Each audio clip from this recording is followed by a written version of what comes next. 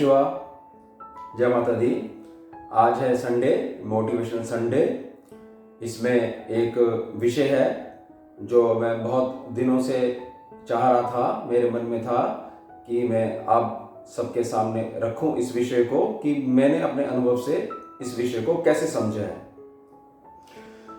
ये विषय है कि जो आपके घर में पुत्री है, बेटी है, उसको आप जो पराया धन कहते हो, उसका वास्तविक अर्थ क्या है, क्यों कहा जाता है उसको पराया धन, बेटी को। इसको ऐसे समझिए, आप में से बहुत लोगों को पता है कि कुंडली की स्कैनिंग होती है। कुंडली की स्कैनिंग में मैं निकालता हूं वो जड़ें जो आगे जाकर किसी प्रकार के दुख का कारण बन सकती हैं, या वर्तमान में जो दुख चल रहा है मैं स्वयं निकालता हूं उसको, कि वो कहीं किसी पिछले जन्म से तो नहीं चलता आ रहा है, या कोई कर्म ऐसा तो नहीं हो गया था जाने अनजाने में हमारे से, जो अब दुख बन के वर्तमान में खड़ा हो गया है। बहुत से बच्चों की कुंडलियां आती हैं, तो उसमें एक कुंडली को मैं समझाता हूं आपको। मेरे पास स्कैनिंग के लिए आई एक लड़की कुंडली थी, और बहुत ज़्यादा उसकी एज नहीं थी। उसमें जो ये कोरोना काल गया, उसमें उसके हस्बैंड कुछ ही दिनों में थोड़े से प्रभावित हुए, और एकदम से जो है उन्होंने जो है अपने प्राण त्याग दिए, चल बसे वो। उसके बाद वो कुंडली मेरे पास आई। उसमें केवल उनका एक ही प्रश्न था कि मुझे जो है आगे नौकरी करनी है और अपने पैरों पे खड़ा होना है। जिद थी अब उनकी, और उसको बहुत अधिक देखा गया, कुंडली को देखा गया। तो गति से जब चेक करी गई तो उनके घर वाले या और भी समाज के मिलने वाले रिश्तेदार वो ये हिसाब लगा रहे थे कि थोड़ा समय निकालेंगी गुड़िया उनकी, और क्या है कि कोई बच्चा वगैरह तो हुआ नहीं है, तो हम इसकी आगे शादी कर देंगे।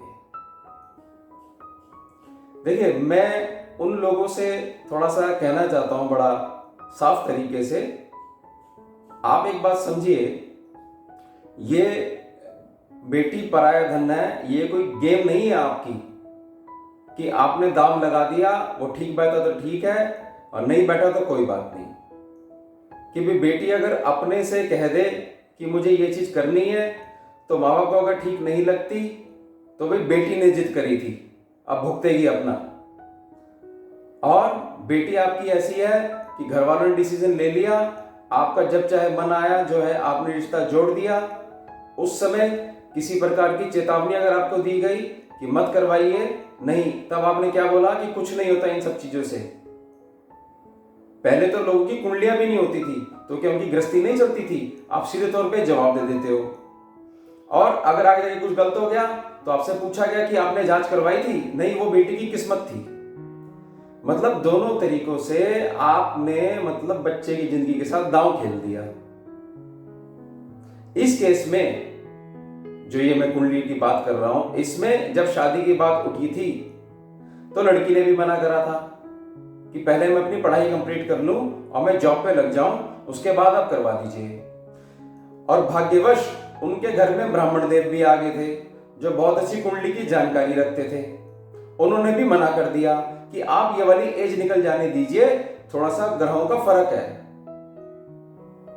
तो उनके घर वालों ने क्या करा, लड़की घर वालों ने क्या करा कि एक प्रकार से तो जो अंदर जो आत्मा थी वो जो आवाज दे रही थी, तो लड़की ने मना करा कि मेरा मन नहीं मान रहा अभी। फिर ब्राह्मण देव आ गए, फिर आपने उनकी बात को इग्नोर कर दिया, और 2-1 साल निकले नहीं तो ये चीज हो गई। और जब मैंने स्कैनिंग करी, इसकी गुड़िया की कुंडली की स्कैनिंग करी, तो उसमें छोटा सा उपाय था कि कुछ अंश ऐसा था उसमें कि आगे जाके कुछ समय के लिए ग्रस्त सुख छूटेगा। और उस समय सारा समय जो है उल्टा हो गया एकदम से, तो बहुत ज्यादा भार पड़ गया, और जो उनके हस्बैंड थे उनको वो बेसमय चले गए। आप समझिएगा। अब वो लड़की जो पढ़ रही है, उसकी पढ़ाई नहीं है कंप्लीट अभी। अब इस दुख के साथ वो एग्जाम में कैसे बैठेगी? ऊपर से आपकी क्या प्लानिंग चल रही है कि दूसरी जगह विवाह कर दो। मतलब आपको तो दुख से कोई मतलब नहीं हुआ, इसका मतलब सीधे तौर पे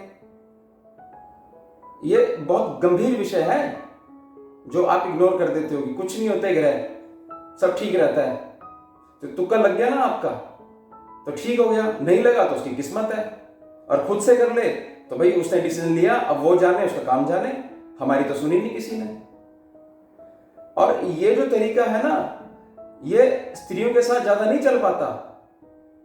पुरुष फिर भी एडजस्ट हो जाते हैं कि जीवन साथी चला गया बेसमय में, कुछ समय बाद चलो शादी करवा दो।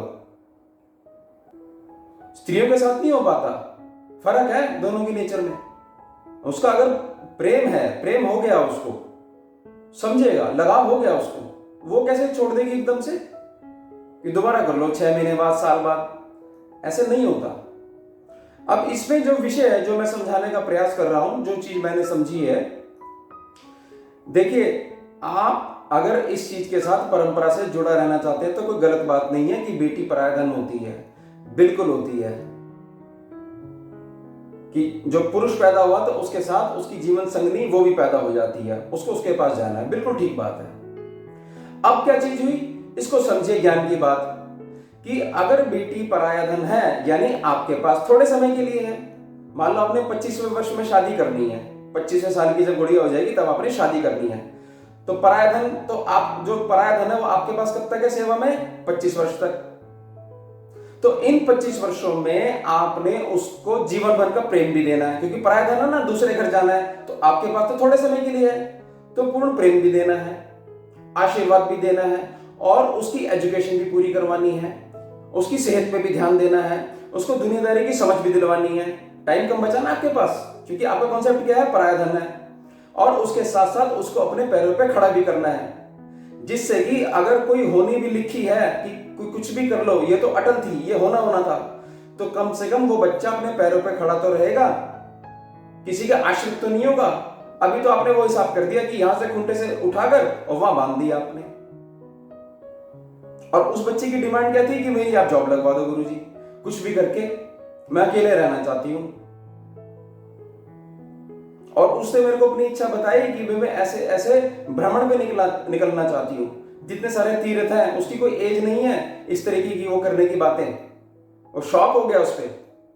और छोटा सा उपाय था कि चावल और मूंग की दाल मिलाकर एक मिट्टी के बर्तन में छत के ऊपर रख दो, बस ये उपाय था। ये अगर कर लेते तो ठीक है, बीमारी आती, लेकिन जैसे और लोग रिकवर हो गए, वो रिकवर हो जाते, जान नहीं जाती असमय में, काल में ग्रास नहीं बनते उनके हस्बैंड।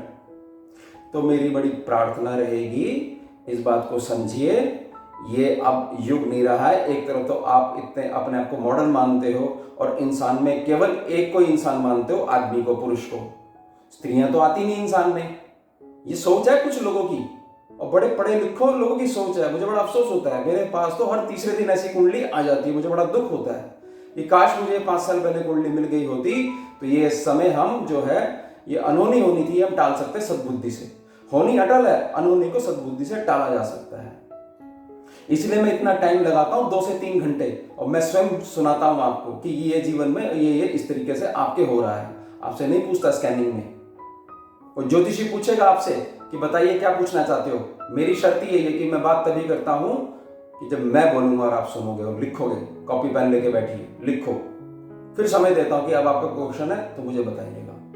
तो आप अपनी सोच में, मेरी प्रार्थना रहेगी, ऐसे रखिए, बेटी पराया धन है, बिल्कुल है, मैं मानता हूं, यही हमारी परंपरा है, बिल्कुल है। तो पराया धन है तो हमारे पास बहुत थोड़े समय के लिए हमारी पुत्री है, उसके बाद तो अपने घर जाएगी वो, ठीक है, विवाह होगा उसका। तो जितना समय आप जो अपने पुत्र के लिए लगाते हो कि गुरुजी देखो बहू कैसी आएगी, ऐसे तो नहीं होगा, सास से निभेगी नहीं निभेगी, सबका आदर सम्मान करेगी कि नहीं करेगी, उसके बाद लड़का हमारे कहने सुनने में चलेगा कि नहीं चलेगा, तो उससे थोड़ा ज्यादा ही आप अपनी पुत्री के लिए करिए। मुझे वो लोग बहुत अच्छे लगते हैं, मैंने कहीं सुना था कि ऐसे लिखवाते हैं ना अपने व्यापार की दुकान का, ऑफिस का नाम एंड करके अपने पिता के नाम से, एंड सन्स। तो मैंने एक सरदार जी के बारे में सुना था, उन्होंने लिखवा रखा था अपना नाम एंड डॉटर्स। बहुत अच्छी बात है, लिखवाना चाहिए, फर्क मत करिए आप इसमें, कोई गारंटी नहीं है, कोई गारंटी नहीं है कि जो दाव आप जो लड़के के ऊपर खेल रहे हो कि लड़का तो अपने पास रहेगा, वो हो सकता है बाहर भी निकाल दे आपको, और फिर बेटी का मुंह ना देखना पड़े। तो कम से कम आपके दोनों कंधे, यानी कि दोनों आपके बेटा बेटी, उनको मजबूत करिए, आपके संस्कार दीजिए उनको। और विपरीत समय में ऐसे मत भागिए कि पहले शादी पे दाव खेल लिया और उसके बाद दोबारा विवाह कर दो, फिर दाव खेल लो। ये गलती नहीं है, ये अपराध की श्रेणी में आएगा। और कोई फायदा नहीं है ऐसे कन्यादान का। ये कन्यादान महादान होता है, कन्यादान बड़ा पुण्यकारी होता है, सौभाग्य मिलता है। क्या फायदा फिर ऐसे कन्यादान का? ये तो आप अपना हाथ छुड़ा रहे हो। फिर पैदा ही क्यों करा भाई, जब जिम्मेदारी नहीं निभा सकते? तो इस बात को गंभीरता से लीजिएगा। जो हर क्षण जो ऐसा बच्चा, ऐसी लड़की रोएगी, परेशान होगी, तो जो संताप है उसका कर्म आप सबको भोगना पड़ेगा। जिन्होंने बोल दिया कुछ नहीं होता, बस जाने दो किसी का घर जी, सब ठीक हो जाता है, हमने तो 2 जगह और दिखवाया था, उसमें तो ऐसा कुछ नहीं आया था, गुरुजी आप ही बता रहे हो, आप ही रोकने को कह रहे हो, ऐसा नहीं होता। आपको क्या लेना है समाज के उससे? आप अपना पहले घर देखिए, अपना बच्चा देखिए। तो आप थोड़ा अदरवाइज मत लीजिएगा। मैं आपका सबसे बड़ा शुभ चिंतक हूं जिस समय मेरे पास कुंडली स्कैनिंग के लिए आती है, क्योंकि मैं आपसे कुछ नहीं पूछता। तो मुझे भी दुख होता है, इंसान हूं ना, तो मुझे भी दुख होता है कि बताइए कैसे कैसे ये घटनाक्रम इनके सबके साथ हो गया। और उसके बाद वो मैं रिएक्शन सुनता हूं आप लोगों के, तो मुझे और गुस्सा आ जाती है कि बताइए अब भी ये समझना नहीं चाह रहे। समझे तो सही आपका बच्चा चाहता क्या है। दबाव में रह गई लड़की आपकी कि चलो सबका दबाव था कर देते हो, लेकिन अब तो नहीं आप साथ में खड़े हो रहे कि उसको अब भी ऐसी सिचुएशन थी कि वो दिल की बात जो है उससे कर रही है जो जानता भी नहीं उसको, और घर में उसके सगे संबंधी मौजूद हैं, उनसे वो कह नहीं पा रही अब भी। तो सोच लीजिएगा किस दबाव में होगा वो बच्चा। ये समस्या है बहुत बड़ी। आपने इस कुंडली में 2 बार आपको इशारे दिए गए, आपने उन पे विचार नहीं करा। बस मेरी ये शिकायत है। आप विचार कर लेते कि 2 बार हमें टोका गया। एक तो हमारी पुत्री ने टोका और एक ब्राह्मण देव हमारे घर पे आए थे, उन्होंने भी टोका, और उसके बाद भी हमने ये डिसीजन लिया और हम आज भी क्या थोपने का प्रयास कर रहे हैं। ऐसे मत करिए, ऐसे किसी का जीवन मत खराब करिए। कोई जरूरी नहीं है कि शादी करनी ही करनी है। अपने पैरों पे बच्चा खड़ा हो जाएगा, अपनी मजबूती हो जाएगी तो बहुत उत्तम रहेगा उसके लिए। तो मेरी बड़ी प्रार्थना रहेगी, मैं बार बार प्रार्थना इसलिए कर रहा हूं कि थोड़ा समझिए। मेरी रिक्वेस्ट है बहुत ज्यादा हाथ जोड़कर कि आप ये बेटी जो पराया धन है इसका वास्तविक अर्थ समझिए। ऐसा नहीं है कि भाई ये गमला में हमने पौधा लगा दिया, ले जाओ पानी और खाद दे देना, ये बढ़ जाएगा ना। उसको प्रेम चाहिए, प्रेम से बढ़ता है। हमारी तुलसी जी जो दिखती है ना आपको पहली वीडियो से, पता नहीं कितने महीने हो जाते हैं मुझे खाद भी नहीं डाली, पानी भी दे देता हूँ, लेकिन प्रेम है कि आप बैठो तो आप मेरे पास रहोगे तो वीडियो बन पाएगी। माता आप तुलसी जी मानते हो, मैं माँ मानता हूँ। देख लो इतनी बड़ी है, ये फ्रेम में नहीं आ सकती, अब इतनी बड़ी है, और गमला बहुत छोटा है इनका। कभी मौका मिलेगा मैं दिखाऊंगा आपको पूरा छोटा सा गमला, और इतनी बड़ी है। किस वजह से? प्रेम की वजह से। तो मान लीजिए आप, चलो पौधा ही मान लो इसको, दैवीय पौधा है, औषधीय पौधा है, तो इंसान तो बहुत कुछ है। वो कितना फल फूल जाएगा जब उसको प्रेम मिलेगा, उत्तम मार्ग मिलेगा, उत्तम दिशा मिलेगी। आपके जीवन में भी किसी प्रकार की ऐसा कोई केस हो, समस्या हो, किसी प्रकार का सपोर्ट आप चाहते हो, तो आप किसी प्रकार का अनुभव शेयर करना चाहते हो, तो कमेंट सेक्शन में आप लिख दीजिएगा। जैसा मुझे समय मिलेगा और जैसा मेरे को नॉलेज है, जैसा मुझे अनुभव है, जैसा मुझे सेवा कार्य मिला हुआ है, मैं उस हिसाब से उत्तम रिप्लाई करने का प्रयास करूंगा। चैनल को सब्सक्राइब कीजिएगा और बेल आइकन प्रेस कीजिएगा। बेल आइकन प्रेस करने से आपको पता रहता है कि वीडियो अब आ गई है, और अपने फ़ोन में भी इसकी नोटिफिकेशन आप यूट्यूब की ऑन कर लीजिएगा। आप मेरी बात से अगर सहमत हैं, मेरा अनुभव जो मैंने आपसे शेयर करा है, तो आप वीडियो को लाइक कीजिएगा और अन्य मित्रगणों के साथ इनको वीडियो को जरूर आप शेयर कीजिएगा। और मेरी बड़ी प्रार्थना रहेगी, इस बात को गंभीरता से सोचिएगा, एकांत में बैठकर भगवान का नाम लेते हुए। ओम शिवा, जय माता दी।